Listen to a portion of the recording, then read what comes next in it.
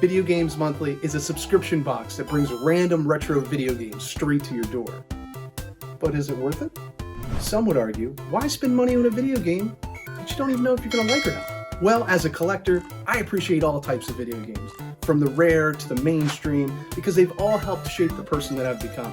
Memories of sitting 2 inches from the TV, Indian style in a shag carpet, or being afraid my mom would shut off my Nintendo and completely eliminate all my progress.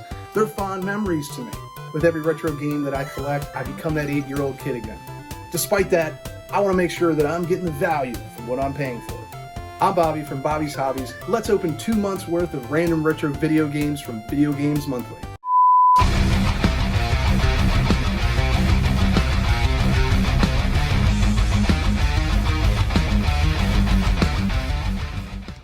I have February's and I have March's here.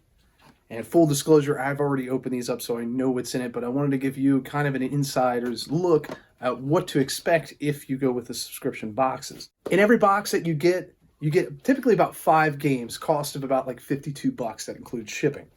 Now, every now and then, which I have been lucky in the last couple of boxes, you get what's called a 1-up. And the 1-up here means you have an additional video game in your box. So this one, and actually ironically, the other one has this 1-up card here. So we'll have 6 games per to take a look at. Let's open her up. So let's start off with February.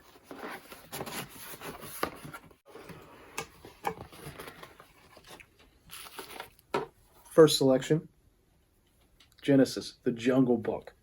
Now, Disney put out a lot of really difficult video games, talking about Aladdin and all those. So this, I'm sure, is in the same boat with that. They did that on purpose. They were designed for the person that's going to the video store to rent these video games. Now, when you rent these video games, chances are you're not going to turn much into a buyer unless it becomes a difficult level. The first couple levels got you so frustrated that you wanted to go buy it for yourself because you didn't see the value in renting it anymore. So this is a good pickup. I like this a whole lot.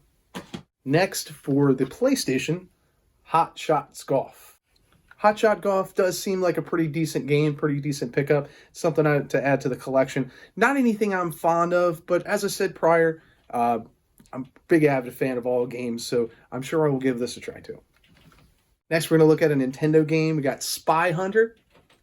Spy Hunter is another game that I'm not very familiar with. It's a game that I don't presently own, so I'm assuming it's a Sunsoft game, so it may be a decent game. Let me know in the comments if it's something that you know or if it's something any good, something I should try out. I'm ashamed to say that I don't own this game. It's such a popular game, and I don't have a reasoning for not owning it, but it is. I'm so happy that it's in this box. We're going with Castlevania 2 Simon's Quest. I do have Castlevania, so I'm not completely in the dark, but Castlevania 2 is a definite must-own for a retro video game collector.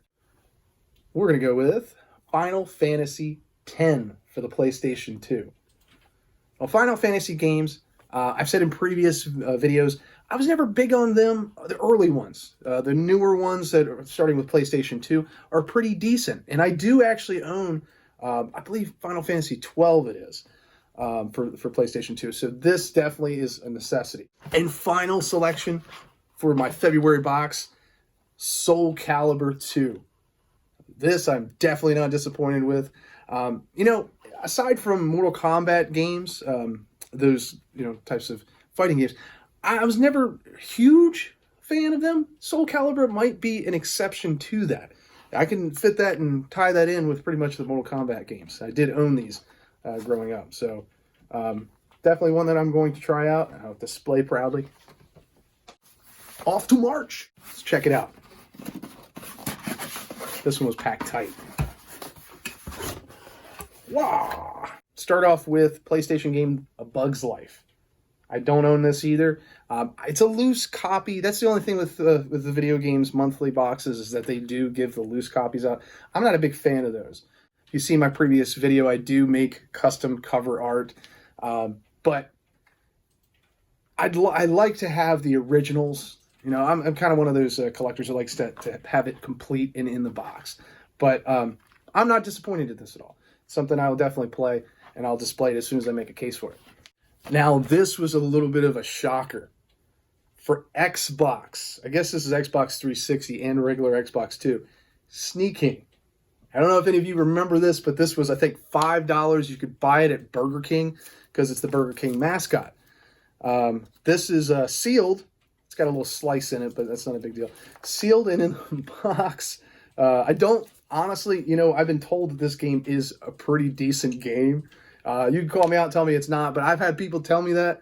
And for all I know, I may open it up and play it because it doesn't have that much of a value with it being sealed up. I think the difference is you're losing about $1, I think. So either way, moving on. Now, Gamecube. I do own I don't want to say quite a few, but it's the one system I don't have a whole lot on. Like I have probably about 30 games in total, but I want to get more games. So happy I got a Gamecube game. Call of Duty. It's the finest hour. I do have a Call of Duty game. It's Call of Duty 2. So adding this to the collection is a must. There was only 2 Call of Duty games for the GameCube era. So happy to have this too. Now, I want to say something. If you're considering doing the video games monthly, make sure you update your collection and make sure you update it right away. Because I tend to forget. And then what I'll do is they tell you to update your collection a week in advance. Updating collection, by the way, that means essentially you tell them what you have so they can't send you duplicates. Now, for me, I waited until probably, I think it was about like 4 days before they took out my payment and before they started shipping everything out. So I know that I'm to blame for this, but in this box, I have another copy of Final Fantasy X, or X, however you want to say it. Now, this is the greatest hits version, so it is slightly different and slightly different in value. But either way, it's a duplicate. I'll end up selling the duplicates and use that to buy some more retro video games. Another mistake I made by not updating my inventory is that I got Trojan, which this is a Nintendo game that I already own. I picked this up actually last month, and I didn't think to update the library. My bad. Lastly, on the game side, another Nintendo game, I got The Legend of Kage. I hope I'm saying that correct. But this is a game that I've heard a lot about. I have seen people, it shows up on a lot of people's top 10 list for games that are a little bit on the cheaper side. So I don't have this. I'm going to definitely put this and display it in my game room. Now, another neat thing that they do, that Video Games Monthly does, is they give you like little extras that are in your box. Like 1 month I got pencils, I got a calendar for I think it was the December one, so that way I'd be ready for the new year. And this time I got a nice little bracelet. So it says play the past, into the future, that's their motto, and Video Games Monthly. So it's pretty neat to see different and new things that aren't game related but are game related. Before you go, let me know what you think in the comments below. Would you consider subscribing to Video Games Monthly? Any of the games featured bring back some fond memories, and be sure to check out the rest of my great content. Again, I'm Bobby from Bobby's Hobbies. Thanks for joining me, and stay retro, my friends.